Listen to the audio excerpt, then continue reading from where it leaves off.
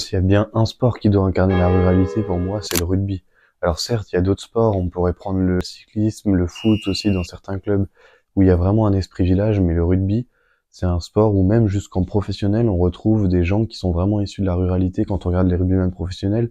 Antoine Dupont, son frère, il est éleveur de porc noir de Bigorre. Christophe Furios, c'est un entraîneur de l'ASM qui est vigneron. Il y a plein de rugbymen professionnels qui sont chasseurs, qui sont agriculteurs, qui soit ont une exploitation à côté, soit sont fils d'agriculteurs. Et ça se retrouve dans les clubs de rugby, il y a vraiment une ambiance, une convivialité. Souvent, c'est un peu l'âme du village. Dans certains villages, il y a souvent des troisièmes mi-temps organisés où on mange des produits régionaux. Beaucoup d'agriculteurs jouent au rugby, des artisans, etc. Il y a aussi tout ce qui est chant traditionnel, etc.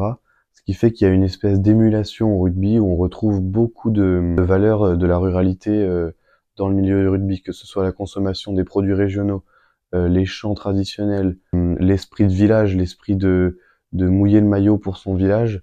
Et c'est vraiment quelque chose qui se ressent d'autant plus dans le rugby. Donc je pense que s'il y a bien un sport qui doit représenter la ruralité, c'est le rugby. Si tu veux soutenir la ruralité française, n'hésite pas à t'abonner et à liker la vidéo.